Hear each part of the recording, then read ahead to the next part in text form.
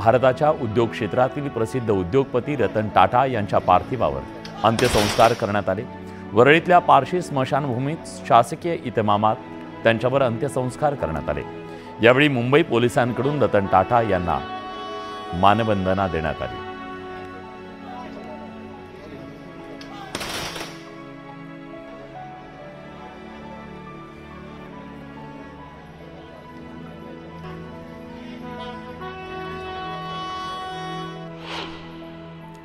रतन टाटांना अखेरचा निरोप देण्यासाठी नागरिकांनी गर्दी केली होती। देशातील लाडक्या उद्योगपतीला अलविदा करण्यासाठी नागरिक जमले। यावेळी नागरिकांच्या भावना दाटून आलेल्या होत्या। अनेकांना अश्रू अनावर झाले। रतन टाटा यांच्या निधनानंतर त्यांना भारत रत्न पुरस्कार द्यावा अशी मागणी विविध स्तरातून केली जाते। आता राज्य मंत्रिमंडळात आज रतन टाटा यांना भारत रत्न देण्यात यावा असा प्रस्ताव मंजूर करण्यात आला। रतन टाटा यांचं कार्यकर्तृत्व लक्षात घेऊन त्यांना भारत रत्न देण्याची केंद्राला विनंती करणारा प्रस्ताव संमत करण्यात आला। महाराष्ट्र उद्योग भवनाला ज्येष्ठ उद्योगपती रतन टाटा यांचं नाव देण्यात येणार आहे। तसंच सरकारकडून उद्योग क्षेत्रात रतन टाटांच्या नावे सर्वोच्च पुरस्कार दिला जाणार आहे, अशी माहिती उद्योगमंत्री उदय सामंत यांनी दिली आहे। रतन टाटांचं फक्त माणसांवर नाही, मुक्या जीवांवर सुद्धा प्रचंड जीव होता। रतन टाटांचं श्वानांवर प्रचंड प्रेम होतं। टिटो, टँगो, गोवा असे अनेक श्वान त्यांच्याकडे होते। जेव्हा ते त्यांच्या कार्यालयामध्ये पोहोचायचे तेव्हा रस्त्यावरचे श्वान सुद्धा त्यांच्या भोवती गोळा व्हायचे आणि त्यांच्याबरोबर लिफ्टपर्यंत जायचे।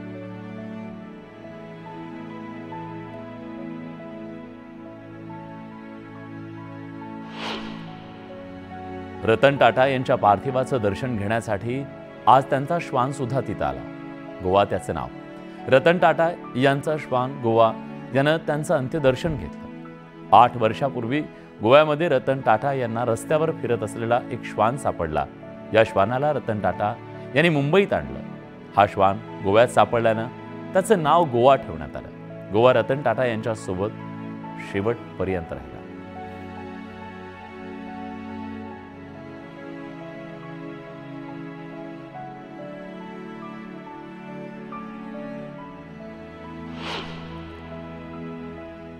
राज ठाकरेंनी रतन टाटा आणि त्यांच्या श्वानप्रेमाचा एक किस्सा सांगितला। एकदा रतन टाटांचा लंडनमधल्या राजवाड्यात मोठा गौरव होणार होता। मात्र ऐनवेळी त्यांच्या टँगो आणि टिटो या 2 श्वानांपैकी एक श्वान खूप आजारी पडला। त्यामुळे रतन टाटाने प्रिन्स चार्ल्स यांना मी येऊ शकत नाही असं कळवलं। त्यातून रतन टाटा किती मोठे होते हे या उदाहरणातून जाणवतं, असं राज म्हणाले। केंद्रीय गृहमंत्री अमित शहा यांनी रतन टाटा यांच्या पार्थिवाचं अंत्यदर्शन घेतलं।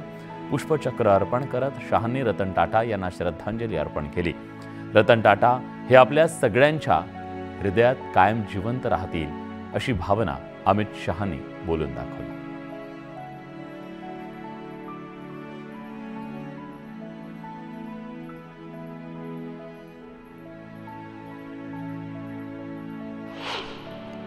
रतन टाटांच्या निधनानंतर रिलायन्स इंडस्ट्रीजचे प्रमुख मुकेश अंबानी यांनी सहकुटुंब त्यांच्या पार्थिवाचं अंत्यदर्शन घेतलं। रतन टाटा त्यांच्या जाण्यानं एक मोठा टाटा ग्रुप नव्हे तर प्रत्येक भारतीयाला तोटा झाला, अशी प्रतिक्रिया मुकेश अंबानींनी दिली आहे। मुकेश अंबानी यांची मुलगी ईशा अंबानी यांनी सुद्धा NCPA मध्ये जाऊन रतन टाटा यांच्या पार्थिवाचं दर्शन घेतलं आणि आदरांजली वाहिली। पंतप्रधान नरेंद्र मोदींनी एक्स अकाउंटवरून रतन टाटा यांच्यासोबतचे काही फोटो शेअर करत मनातल्या भावना व्यक्त केल्या। रतन टाटाजी एक दूरदृष्टी असणारे उद्योगपती, एक दयाळू व्यक्तिमत्व आणि असामान्य व्यक्ती होते, असं मोदी म्हणाले। राष्ट्रपती द्रौपदी मुर्मू यांनीही रतन टाटा यांना श्रद्धांजली वाहिली। भारतानं राष्ट्र उभारणीत योगदान देणारा रत्न गमावला, अशी भावना राष्ट्रपतींनी व्यक्त केली। भारतीय उद्योगांचे टायटन रतन टाटा यांच्या निधनानं खूप दुःख झालं, असं म्हणत JP नड्डा यांनी शोक व्यक्त केला। टाटांनी उल्लेखनीय योगदानानं आपल्या राष्ट्रावर अवीट अशी छाप सोडल्याचंही नड्डा म्हणाले. उद्योगपती रतन टाटा यांच्या निधनानंतर नितीन गडकरींनी शोक व्यक्त करत आदरांजली अर्पण केली. देशानं संवेदनशील उद्योजक समाजसेवक गमावला असं नितीन गडकरी म्हणाले. मुख्यमंत्री एकनाथ शिंदे, उपमुख्यमंत्री देवेंद्र फडणवीस यांनीही NCPA मध्ये जात रतन टाटा यांच्या पार्थिवाचं अंत्यदर्शन घेतलं. पुष्प अर्पण करत टाटांना भावपूर्ण श्रद्धांजली अर्पण केली. उपमुख्यमंत्री अजित पवारांनी सुद्धा रतन टाटांना श्रद्धांजली वाहिली. NCPA इथं जाऊन श्रद्धांजली अर्पण केली.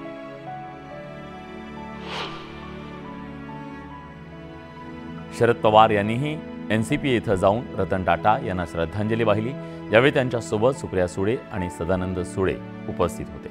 सामाजिक जाणीवेतून आपल्या यशाचा राजमार्ग घडवणारं व्यक्तिमत्व म्हणजे रतन टाटा असं शरद पवार म्हणाले.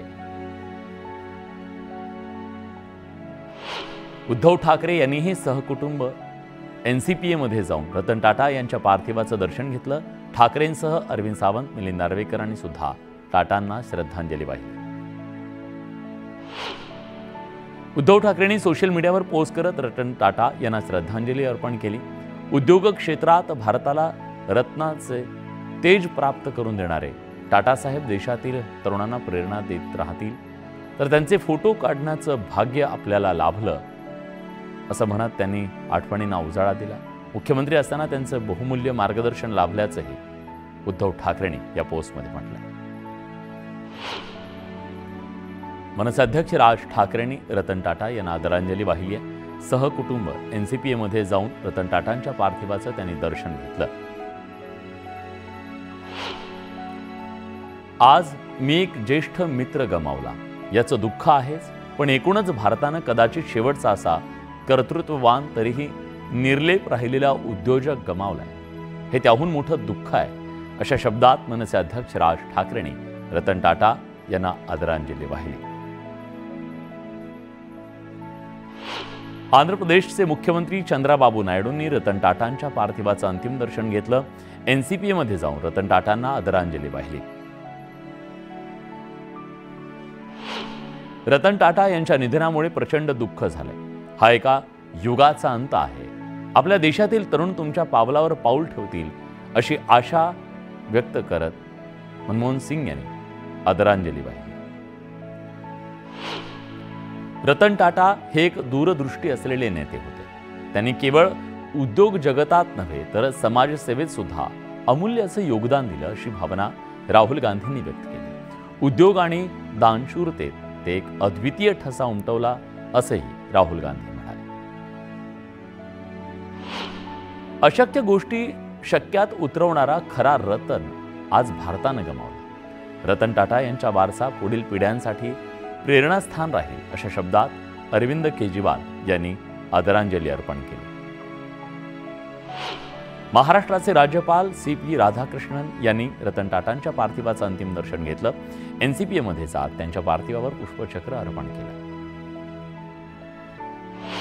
रतन टाटा आपल्यात नाहीत हे स्वीकारणं खूप कठीण आहे. त्यांचं मार्गदर्शन बहुमोल होतं.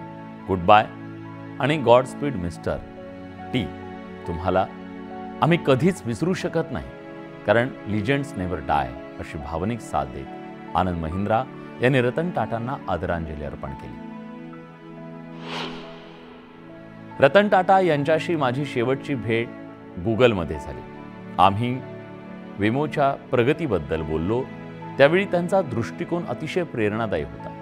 भारताला आणखी चांगलं करण्याची त्यांची इच्छा होती अशा आठवणी सांगत गुगलचे CEO सुंदर पिचई यांनी टाटा यांच्याबद्दल गौरवोद्गार काढत आदरांजली वाहिली. रतन टाटा यांचा एक फोटो समोर आला. 4 ऑक्टोबरला गोव्यातल्या मोपा विमानतळावर त्यांचं स्वागत करण्यात आलं होतं, तेव्हाचा हा फोटो आहे. त्यानंतर रविवारी ते मुंबईत परतले, पण मुंबईत परतल्यानंतर प्रकृती खालावल्यानं त्यांना ब्रिज कँडी हॉस्पिटलमध्ये दाखल करण्यात आलं होतं. रतन टाटा यांच्या निधनामुळे महाराष्ट्रात दुखवटा जाहीर करण्यात आला. दरम्यान टाटा यांना मानवंदना देण्यासाठी मंत्रालयावरचा तिरंगा खाली उतरवण्यात आला. तसंच राज्य सरकारकडून आजचे सगळे शासकीय कार्यक्रम रद्द करण्यात आले. बार्शीतील कलाकार आणि शालेय विद्यार्थ्यांनी रतन टाटा यांना अनोख्या पद्धतीने श्रद्धांजली वाहिली. शाळेच्या प्रांगणात जमत मानवी साखळी करत रतन टाटांचं नाव साकारण्यात आलं. उद्योगपती रतन टाटांच्या निधनानं संपूर्ण देशभरात शोककळा पसरली. पिंपरी चिंचवड मनपाच्या मुख्य प्रशासकीय इमारतीत रतन टाटांना श्रद्धांजली अर्पण करण्यात आली. नाशिकच्या बोटॅनिकल गार्डनला रतन टाटांनी कोट्यवधींचं अर्थसहाय्य केलं होतं. टाटांनी उद्घाटनाला उपस्थिती लावली होती. आठवणींना उजाळा देत मनसे पदाधिकाऱ्यांनी श्रद्धांजली अर्पण केली. गोंदियात मुख्यमंत्री माझी लाडकी बहीण योजना मेळाव्याचं आयोजन करण्यात आलं होतं. मात्र रतन टाटांच्या निधनानंतर मेळावा रद्द करण्यात आला. यावेळी मेळाव्याच्या ठिकाणी रतन टाटा यांना श्रद्धांजली अर्पण करण्यात आली. माझ्या आयुष्यात मी रतन टाटांसारखा दुसरा माणूस पाहिला नाही. आज एका युगाचा अंत झालाय. रतन टाटांचं जाणं हे माझं वैयक्तिक नुकसान असल्याची भावना राज्यसभेच्या खासदार सुधा मूर्तींनी व्यक्त केली. रतन टाटांच्या कुलाब्यातल्या घराबाहेर जनसागर उसळला. यावेळी मुंबई पोलिसांकडून रतन टाटा यांना मानवंदना देण्यात आली. रतन टाटा यांच्या वाढदिवशी म्हणजे 28 डिसेंबर 2012ला पिंपरी चिंचवड शहरातल्या कार प्लांटमध्ये आलेले होते. यावेळी त्यांनी कामगारांसोबत वेळ घालवत त्यांच्याशी मनमोकळाच गप्पा मारल्या होत्या.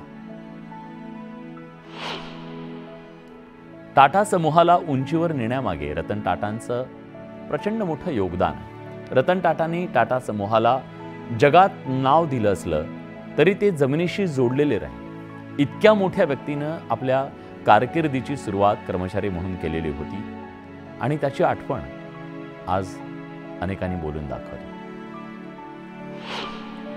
रतन टाटा यांचं काम खूप मोठं आहे. रतन टाटा यांचा टाटा समूहाने विविध क्षेत्रात मोठी कामगिरी केली. टाटा समूहानं फक्त उद्योग व्यवसाय केला नाही तर सामाजिक बांधिलकी देखील जपली आणि आज उभा देश त्याची आठवण काढतोय, त्याच्याबद्दलची कृतज्ञता व्यक्त करतोय.